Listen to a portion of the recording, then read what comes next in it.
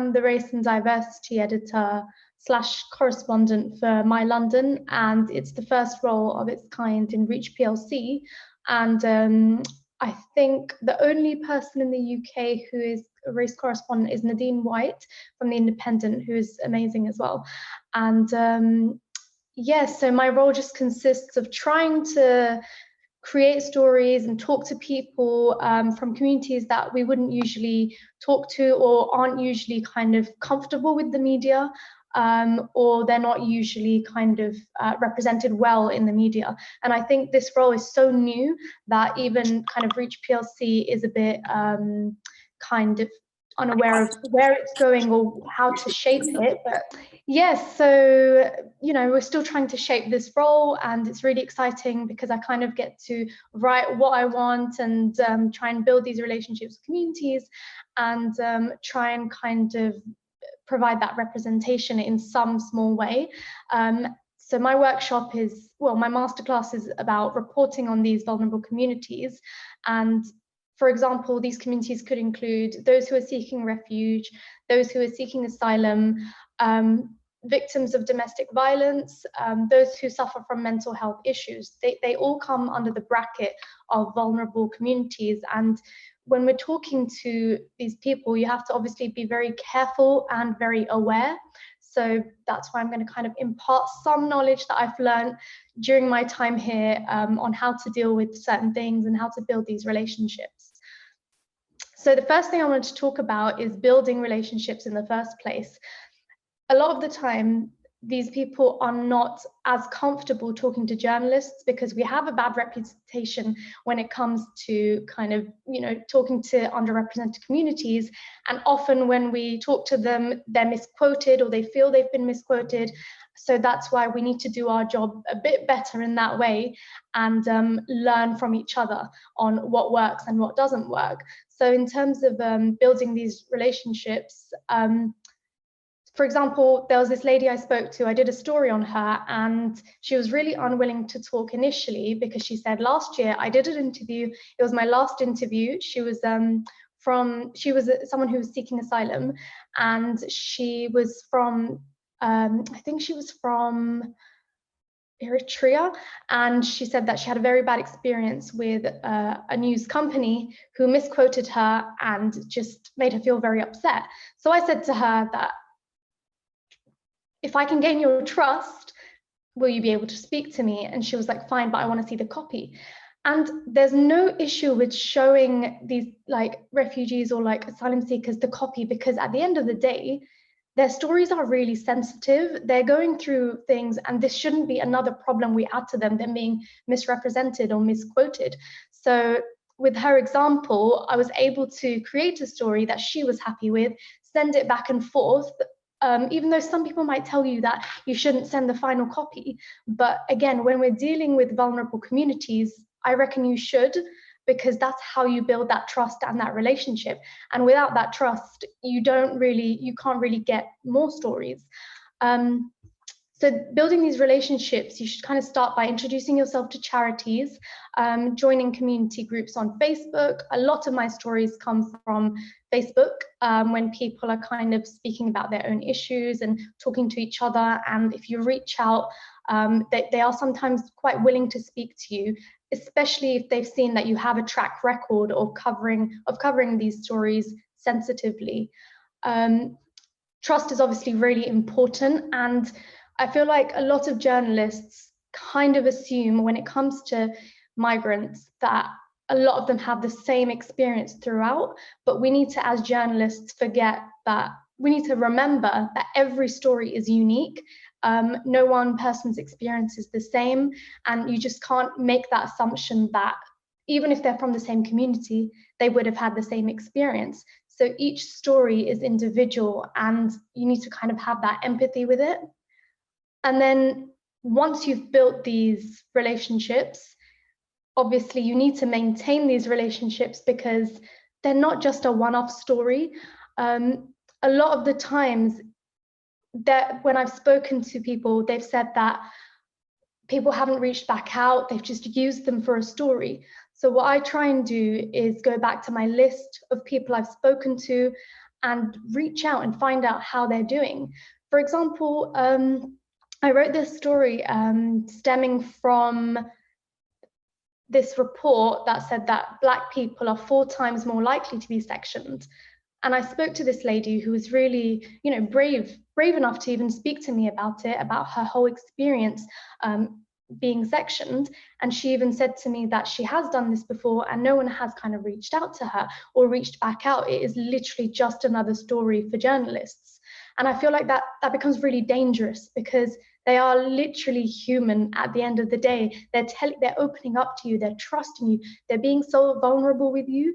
So during that story process, you need to make them feel comfortable.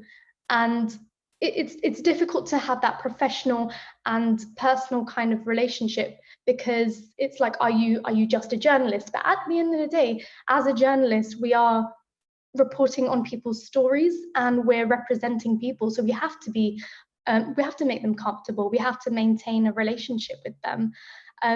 So I would always ask firstly beforehand, if there's anything they don't want to talk about, I won't even ask them. So for example, there's been a lot of people who refuse to talk about why they've left their certain country because it triggers their PTSD. And yes, a story is important, but their mental health is definitely more important. Their experiences are more important. And if that means not asking certain questions to maintain that relationship, then you don't ask certain questions. Because, I mean, I wouldn't like it if someone, just asked me really personal questions that I'm just not comfortable with. At the same time, they are human and you need to humanize them and build that relationship. This can kind of be done beforehand. A lot of the time they're being helped out by Charities, and the charity spokesperson would brief you and tell you that do not ask about this, do not talk about this, because it's very triggering. And you know what, in films and stuff as well, journalists are represented as, they will do anything to get the story. They will ask these questions, these hard-hitting questions. And it's like, when it comes to the vulnerable communities, you just can't do that, because it is dealing with a lot of mental health issues.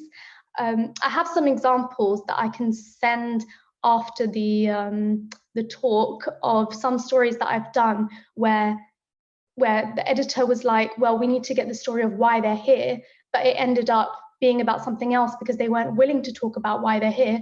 But them being here is still important. Their experience is not invalid because they're unable to talk about maybe the most devastating thing that happened to them.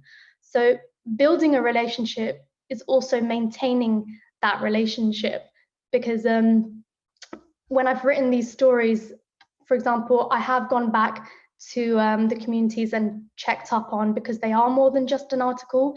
And as I mentioned before, the woman who was sectioned, literally a few days ago, I messaged her and I said, how are you? How are things? Not for a story, but because genuinely, I think I get really attached. And I'm going to come on to that later as well, because empathy is a huge thing and emotions are a huge thing as a journalist, especially when you're talking to vulnerable communities. And in the beginning, I used to think that was a weakness, but it's really not. It kind of helps me a bit more. Even talking about this actually genuinely makes me so emotional. So in terms of language as well, can't stress enough, I think we've all seen those headlines where you kind of cringe and think, how can they write that?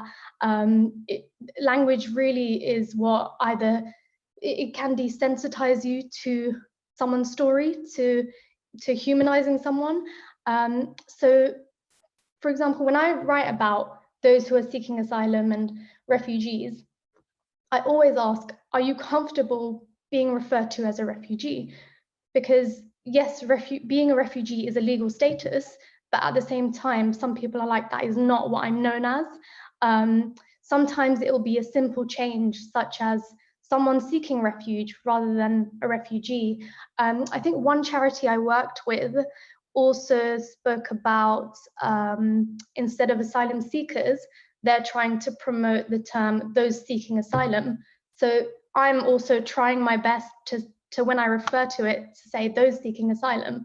in my stories, in my headlines, where possible. I think that's really important to communicate with the charities and the individuals on what terminology they want to see, because like I said, it is their story. It's nothing to do with us. We're just kind of a means to get their story out there. So they need to be represented how they want to be represented. I've had quite a few debates with editors and other people I work with when there's something in a headline that I don't agree with or I don't like. And even if I do agree with the headline, the person who the story is about may not necessarily agree with it or be happy with it. So again, what I would say is, don't be afraid to challenge your editor or challenge someone who's in charge of the headline, because at the end of the day, your name is on it and your relationship with that charity or with that individual is on the line as well. It's all about maintaining that relationship. If they're not happy with something, you change it. And because this is specific to vulnerable communities, that's why I'm so insistent on, you can change things. You can, not just use things to sensationalize, because again, it is a community that is already really scared. So fight your case with your editor. Remind them that you're building relationships. Remind them that you are not there to sensationalize a story. And obviously, you need to get the clicks. Obviously, you need to, you need your work to do well. But at the end of the day, it's a fine line. You can tweak things and you can still make it work by not kind of sensationalizing it. I would always remember that obviously these are people with dreams and ambitions. They are human. They're literally like our parents suffered through these kind of things, especially if you're from an ethnic minority background. So to take kind of these positive angles where possible is like what we need to do. And in terms of the headline that I was talking about, be happy to change it and to challenge your editor. Wherever possible, you need to kind of find positive angles as well. So as a journalist myself, when I took on the role of race and diversity editor, my whole aim is, yes, a lot of bad stuff happens, more bad stuff than good, to be honest, when it comes to vulnerable communities. But at the same time, a lot of people I've worked with and spoken to have said that there is never happy coverage. There are hardly any positive angles. And obviously, they're not saying that you should make a sad story into they went through this and this happened in a positive way. But even things like the story I was mentioning earlier about that lady who is from Eritrea, I think. I need to go back and check, I can't remember. But she opened up her own beauty salon. And if you angle it on the fact that she's opened up this salon, she's now an independent woman, these are the stories that we want to bring out a lot more now, because we want to change the narrative. We want to show that these communities are doing well, they're thriving as well. Because it's very easy to sensationalize and hook on the bad stuff. So that's why I would kind of try and find positive angles wherever possible. And it's also easier for those who are suffering to talk about it. When they're talking about positive things, we have to remember they are going through a lot. They already have PTSD and trauma, and you don't want them to keep reliving that trauma. So when you put positive angles on stories and say, I want to do it this way, it makes them happier, makes them feel a bit more comfortable as well. So I wanted to also talk about empathy and mental health. So when I started this role, I was still finding my way, and I didn't do as many stories related to those who are seeking refuge and, but recently, because I've maintained a connection, I guess, with certain charities, I get a lot of these stories coming my way, and I love writing about them, and I love speaking to people about them, because firstly, it gives me an insight into, different communities, and secondly, I think it humbles me a lot more. And it also reminds me that when I wasn't a journalist, or when I was a baby journalist, I guess, I would see these stories and I would be like, "Oh, I wish they reported it better. I wish they kind of, spoke about this or that." And now I'm in that position to be able to get certain stories out of people, stories that we want to tell. It's kind of, that's why I say this is kind of my dream role. But back to empathy. So when I talk to, in the beginning more so, I still think actually it happens now, but when I do an interview, I get really emotional. It sounds unprofessional because I guess, I don't know, it is, but I get really emotional. Obviously, they can't tell when I'm talking to them on the phone and I compose myself, but when you realize the stuff that everyone has been through, and when you realize just the traumas that they have suffered, you can't help but feel sad, obviously. So I remember there was this one lady I spoke to on the phone, and she gave me this example of, so I'm Muslim, so this, I guess, affected, I don't know, touched me a lot. She gave me this example of how when she arrived to the country, she ended up being reliant on food banks, because while she was seeking asylum, she wasn't allowed to work. And when she was relying on food banks, you can't obviously pick and choose what food you eat. You get given what you're given. You can say you're vegetarian, I guess, but initially you don't really know the process, especially if you're new to the country. And she mentioned how she's Muslim, and one day she had like a can of, I think it was Heinz sausages or something, and she was like, she was so hungry, she had to eat it, and I think it was pork. And it just made me really sad, because it's simple things like that that you don't think of, but it's stories like that that make you realize that that there's a lot more to it. There's small things that people are kind of going through that we wouldn't necessarily know about, because to us it's such a small thing, but when you actually deep it and when you actually think about it, it's like, this is such a small, like, she didn't really have that choice because she was kind of, I guess, desperate. And you're not in a position to choose as much when you're in those vulnerable situations. Obviously, slowly she learned the system, and you could ask for more options or whatever. And then she went on to tell me that she started working in a charity, and now whenever she sees a Muslim woman wearing a headscarf or like a visibly Muslim woman, she'll take them aside and be like, these are the options, because she's been through it. But these kind of stories really just get to me. And like I said, I feel like in the beginning I thought I was really weak, because I used to hang up the phone and literally cry. And I guess it's not a bad thing to cry, because it's like you let it out. But at the same time, it's like you need to talk to people about it. So I spoke to my husband about it and had a long chat, and I was like, oh my God, it's like, this woman's amazing. She's been through so much. So I think that really helps. Talking to others about the stories that you're writing really, really does help, because it reminds you of why you're writing these stories in the first place.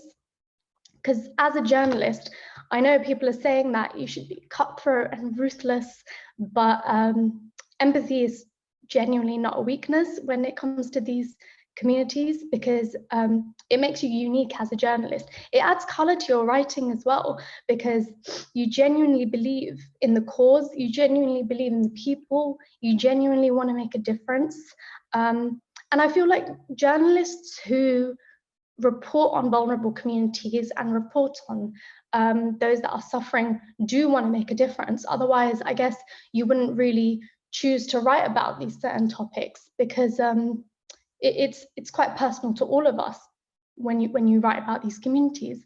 And yeah, so empathy just adds depth to your writing. And that's what I'm going to kind of end with, that the emotional side of it is a huge part when it comes to building those relationships as well. Also, next month, no, in a few weeks, I am going to Calais to report on the jungle, and I'm hoping to speak to people. And I know that's going to be a completely new experience, because for this year, my goal was to do more on-ground reporting, and I've been given the opportunity, and usually it's difficult for journalists to kind of get there and earn that trust, but because I've managed to build that relationship by, you know, keeping in contact with certain people and genuinely showing that I'm so passionate about this, I've been given the opportunity to kind of visit, and I know it's going to be an amazing experience. It's going to be very difficult, but that's also something that I wanted to say, actually, that try and do as much on-ground reporting as you can, because when I started this job, in the first few weeks, the one thing I kind of regretted that I didn't do enough in the first few months even was that I didn't do enough on-ground reporting.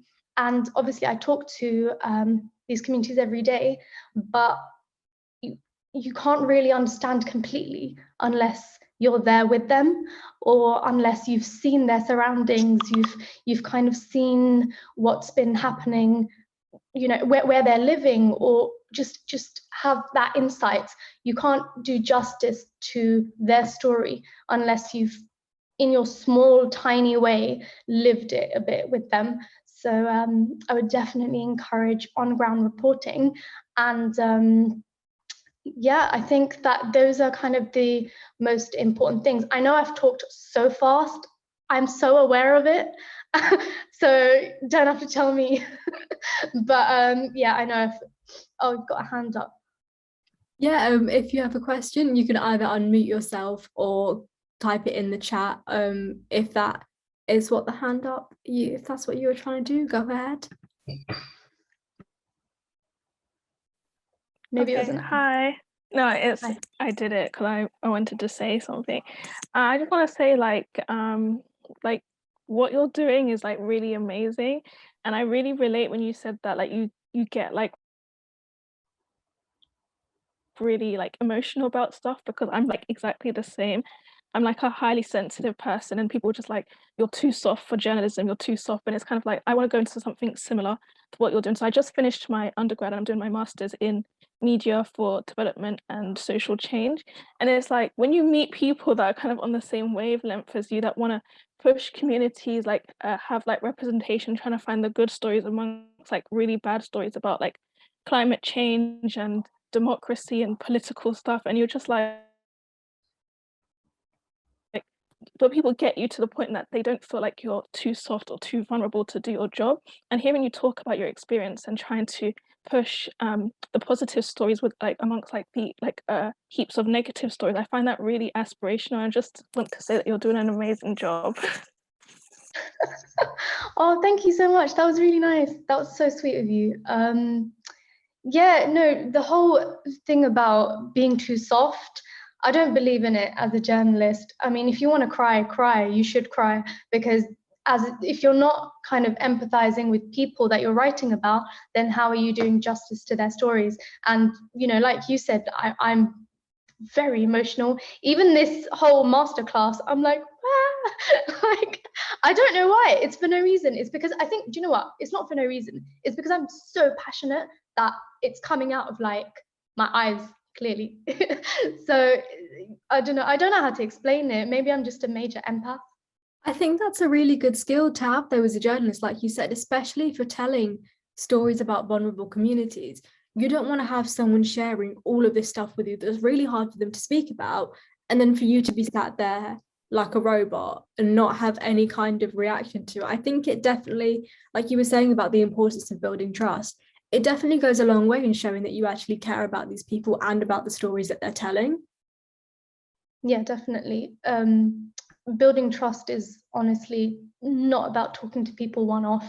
You have to maintain relationships. And I get that it can be, you know, daunting for your own mental health, but you know what, it's like these people have suffered so much more than us. So it's I don't know, it's humbling is what I would like to say. It's really humbling. Yeah, definitely. We've had a question in the chat. Do you have any tips for editors in, I don't know if they mean non-English speaking countries because they later mentioned Sweden, but who are interested in stories about marginalized communities? I live in Sweden, and one of my goals this year is to report for more Anglophone media. Oh, I guess tips for editors in English speaking countries when you're not a native English speaker. The thing is, if you're interested in stories to do with marginalized communities, I don't know if I've got your question completely wrong. I'm so sorry if I have. So if you want to report on more kind of Anglophone, do you mean for more English speaking media? Sorry, can I specify? I might not have said that so good in the, thing is, I'm a German reporter living in Sweden, and I report for German-speaking and Swedish-speaking media, and I also have written for an English, a magazine in English, and I would like to write more in English. So my question was like, maybe it's everybody else here might be from the UK, but my question, since I live in Sweden, was, do you know some editors who are especially interested in those types of stories about vulnerable communities? Because I've seen you've done a lot of freelance work yourself, so I thought you might have some ideas where to pitch to.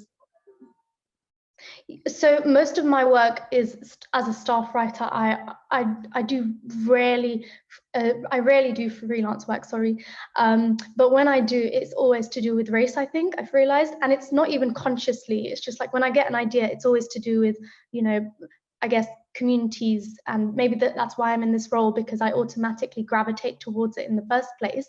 But I would say pitching is, you know, about networking. And I think there's a workshop that's going to happen in a few weeks on pitching.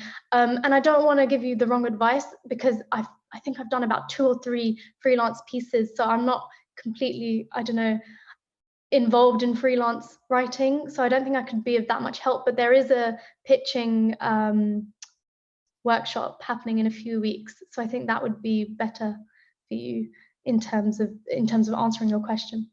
Yeah, all the details of future masterclasses will be posted, so if you're worried you missed it, you haven't yet, they'll come soon. But I guess I don't know if it's worth maybe looking at news organizations who have kind of global reach, places like CNN or the BBC, because it might sometimes be an advantage that you're not from England. You might be able to report on marginalized communities where you live, and maybe there's a story that hasn't broken in the UK yet that's really, really worth telling because it's from outside of England. I think, it's always worth, if you think you have a strong idea, it's always worth pitching. But we had another question about, so you spoke about building relationships. Would you say building relationships with charities who represent vulnerable communities is also important in covering these types of stories? 1000%. Most of my stories come from charities, because charities are the people who are directly dealing with these vulnerable communities, and often these charities have a spokesperson that they can connect you with.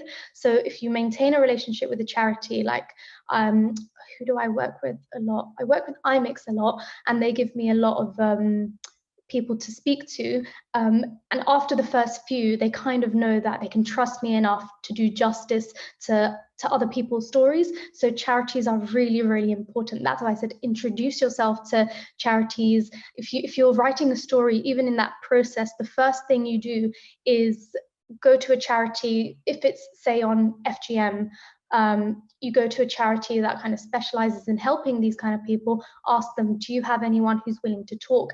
I've written about this in the past, and I think I handled it sensitively, so I think I would be able to speak to someone. And also always give them the option that they can remain anonymous if they want, because like I said, these are not normal stories. These are stories to do with people who have suffered a lot. So always give them that option in the first conversation. Be like, anything you even retract, once it's published, you can retract things. That's what I always say to people as well, actually. I can't remember if I mentioned this, but once you've even written a story, I know they say that you shouldn't take stuff down once you've written it, but I always clarify that if there's any line in the story that you read back and you're like, I'm not comfortable with it, because it could either put me in danger, it could make me very vulnerable, it could affect my the Home Office giving me status, then it is up to them. They can ask me to take it out, and I will take it out because it is their story. That is, yeah, spot on, really. And I think with charities as well, I've I mean, you're the one leading this masterclass because you have the knowledge. I've only done this kind of reporting a few times myself, but I was working on a story a while ago around there were laws and regulations changing in regards to transgender people being able to compete in the Olympics. And so I didn't know who to talk to. I had no experiences working with charities before. So I just found a load off Google, found their press contacts, which are usually on their websites for charities because they want to be telling their stories because they're doing such important work. They are usually more than willing to help. And like you said, if you do a good job, they'll follow it up. If they have stories that they think would be good for you to cover, they'll end up sending you press releases, and then you've got even more opportunities to tell these kind of important stories. Yeah, and I think it's really important to kind of let that charity know your own kind of reason for writing these stories or your own reason for reaching out, because it's like, I want to help showcase the work you're doing, and that is a genuine aim. I do want to showcase the work that you're doing. You're helping migrants, you're providing them accommodation. I want to show this to the world, that you're doing something amazing so other people can be inspired and other people follow. So it's as much about the charity as about the person as well. Like I said, with journalism, it's about everyone but yourself, and you need to remember that, because the story is never about you. It's always about the other person, and you're literally the means to getting that story out. I have a question. So this is something that I think can also come up in a lot of other areas of journalism where, so you mentioned kind of if your editor has one idea of how the story will turn out. So for example, why people might have left the country that they were coming from, I think in the example you mentioned, but the person you're interviewing isn't comfortable talking with that, so the story takes a different angle, which is fine. I think sometimes it's worth remembering that you're the one working on the story. If your editor's not directly involved, they might not necessarily know what's best, even though they're at a high seniority level. So have you ever been in a situation where you've had to kind of stand up to an editor and say, like, Soz, I respect you, but can you listen to me on this and just trust that I know what I'm doing with regards to this story, if you're kind of going against what they're saying? Yeah, I think it's happened quite a lot, especially in this in the stuff I write, because I'm the one person who has spoken one-on-one to the person the story is about, right? The editor has only seen my copy. If they don't agree with the headline and they find something more powerful in the copy and they want to use that as the lead, I would explain why that can't be the lead, because that's a secondary point. The point that we're making is this. For example, in one of the stories, I think the lady in a passing comment mentioned that she was divorced, and I think I had written it quite down in the copy, because she was like, yeah, but I don't really want to dwell on that kind of thing. I don't really want to talk about it because that's not my point. And then sent it to the editor changes it, publishes it with, you know, divorced, blah, blah, blah, blah, blah. And I'm like, and then instead, obviously you just have to kind of explain it, because it's like, I want to respect the woman who this is about, and she does not want to be known as the person who is divorced and then went through this and then went through that. So like I said, trust me, I've spoken to her, she's not happy, and I can't ruin that relationship, and we need to take that off, or we need to completely change the headline. And it's always kind of, they do understand though. It's not like no, it's too late, it's done, especially if you're the person talking to the woman who it's about. Completely agree. Yeah, there is such an importance in having the people you're talking about trust in the work that you're doing. We've had another question from Paul, who has been the absolute savior of this chat. Thank you again for your help at the beginning of this. He's the reason why we're here. Truly. So how did you discover/develop your passion for this area of journalism, and what steps did you take to gain more experience in it initially? In this area, okay, so when I was applying for the job I'm currently at, I applied for lifestyle editor, because I thought lifestyle, then I can really write about anything to do with lifestyle, and in lifestyle I can cover, I guess, stories to do with minorities and during the interview, I realized, even after the interview, I realized, wow, I really spoke about this one thing a lot. They were asking me how things could change in my London, and I just kept on giving ideas and talking about, oh, we should, do this more in terms of minority communities. We should, the website should have this in terms of, maybe do a list of halal food because you haven't covered that before, or kosher food. And I was just kind of putting ideas that were very specific to, I guess, race and diversity. And it was without knowing as well.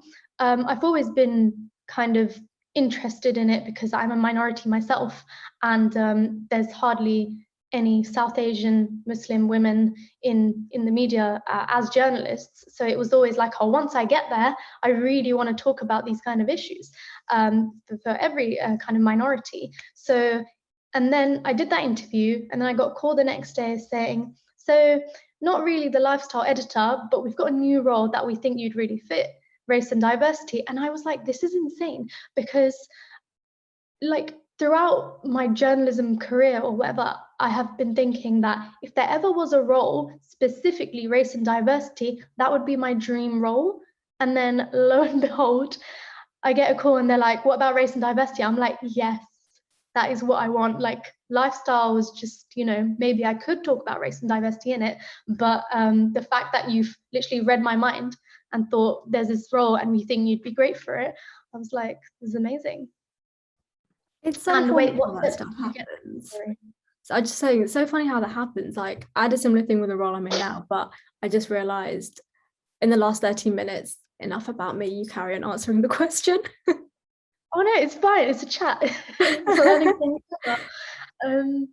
And what steps did you take to gain more experience in it initially?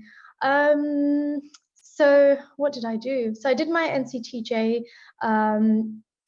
at Press Association in 2016, and then I kind of had a weird gap. So I did local news for a bit, didn't really enjoy it. Then I went into HR news, and I was like, this is not it. Who wants to write about human resources? And then I just went to Pakistan for a year and I did news reading there, came back, and that is when I was, I think, at my lowest, unemployed for probably a year, not getting anywhere, rethinking my whole life, rethinking, why am I a journalist? I should just apply to internships and go into PR and do this, that, and change my career because I'm just not getting a job as a journalist.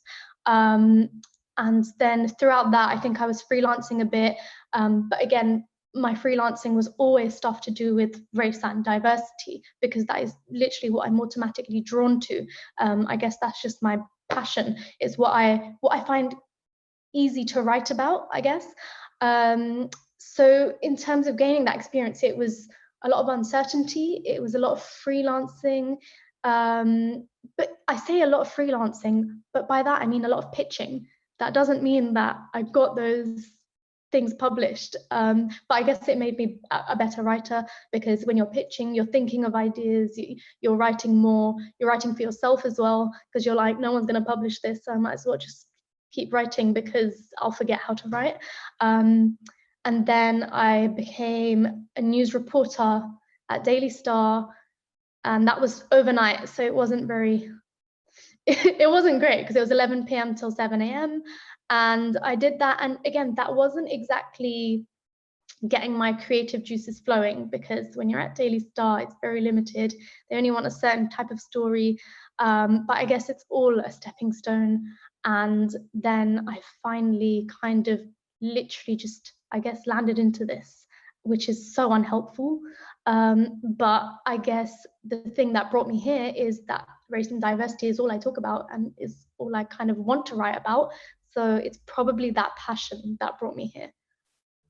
That's really interesting that it's kind of been something you've been so passionate about for ages. I think it kind of showed the benefits of having a niche and having sort of specialty subjects as well, because you then become an expert on that sort of thing, and that can if there are expert roles available, like I'd say the role that you have now is an expert or specialty role because you're writing about one specific thing. It can really go a long way in helping you kind of achieve what you want to achieve. I guess it was kind of a joke tweet earlier, but saying like, Francis Bourgeois, the train guy on TikTok, just what he's done with his platform. And someone said that no niche is too small, which is completely true. Like if there's something you want to work on, there will be an audience for it. I think it's just about finding that audience and putting yourself out there.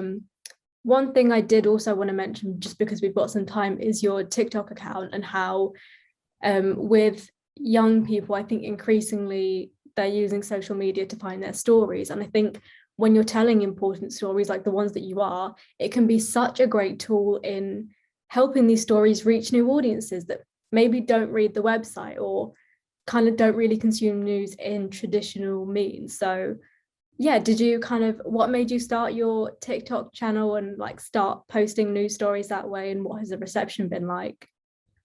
So for TikTok, I'm still struggling. It's very difficult to keep people engaged in news, especially when it's serious subjects. With the TikTok, I kind of have tried to find my own way of telling that story. So it would be like I write a story and then I kind of just summarize it in a TikTok and then just put that story in the background. And that's what I've been trying to kind of do. But TikTok is very hit and miss. But in terms of finding stories, I feel like it helped me with one story about the Mrs. Bibi or Mrs. Begum syndrome, which is basically a racist stereotype that implies that South Asian women are exaggerating their symptoms when they get medical help, when they try and get medical help. So I did a TikTok about that, and like literally hundreds of people commented about how they've experienced it, or their mums and dads have even experienced it. And from that, I think I reached out to a few people and did a story from that. And TikTok is very powerful because, especially if you know how to do it right, it's very powerful for even getting stories and getting your work out there. So it's still a learning curve. I'm still trying to find fun ways of showing my work, and I need to learn a lot more because I need to stay on top of it. But yeah, it's fun. It's just time consuming, but very important, I think. Yeah, I think for anyone who's interested in a career in digital media, I know TikTok was kind of a joke when it first started, and I was guilty of that myself, but it's so worth staying up to date on social trends and any new apps, even if they seem a bit silly. We've had another question. So as you mentioned, you and Nadine White are the only race correspondents in the UK. How can I go down that route if this role isn't available in other news organisations? So with this, I feel like firstly, you're completely right. It's very annoying that it's not available in every news organisation. Even I work for My London. There should be a race correspondent for the Mirror, who is the national of our company. I don't know why there isn't. Maybe there will be soon. Don't know what's happening there. But in terms of, so what I would do is, in the role that you're in, or even if you're not in a role, just start writing about the topics that interest you. If it's race, then start writing about race. If you are a local news reporter, not specific to race and diversity, I think just start writing those stories that are to do with these communities, and automatically your portfolio will build up, and your editors will kind of realize that, you know what, this person does this really well. So this is I guess this is their niche. So we've got one amazing reporter in my team, well, at work at My London, and her name is Ruby. Her work is just amazing. And she is a general news reporter, or a communities reporter, I think. And she has done a lot of stories to do with social housing and the issues with housing. And she is now known as the person to go to if there is a story about housing. Obviously, she's not in a special role. It's not a title that she has, that she's the housing correspondent, but because that's what she has written about a lot, and that's what she's good at, and that's what she's passionate at, that people can see, those stories would automatically go to her, or she would find those stories herself. So depending on kind of where you're at, I feel like there's always a way to make stories work within your own role. And through that, hopefully one day when there are these roles available, you can apply for those roles and show them a whole bank of bylines you have to do with race and diversity. That is such good advice. I think it's spot on as well. Again, it's a really great way of kind of carving a niche for yourself and creating opportunities for yourself within the workplace, because it can kind of feel sometimes like if you want to do something different, then you have to go out and find a new job. But in some cases, it might actually be more beneficial or easier to see if there's a way to work that into what you're already doing. I had this in the role that I'm currently in. I wanted to do more. I started doing a lot of celeb news, which I love because I'm an entertainment reporter, but I wanted to kind of do a few more stories that had more of a serious news hook than just a gossip angle. And I think having a good relationship with your editor or whoever's managing or commissioning stories is a really, really important thing. But a lot of the time they're going to be supporting you, and they are more than willing to kind of accommodate what you want to do if you want to experiment with anything, as long as it kind of still fits within the general remit of stuff that they cover. So it's well worth pitching things, even if you think they're kind of slightly outside of what you normally do. Yeah, I feel like often it's as reporters, you're asked to do about 5 stories a day.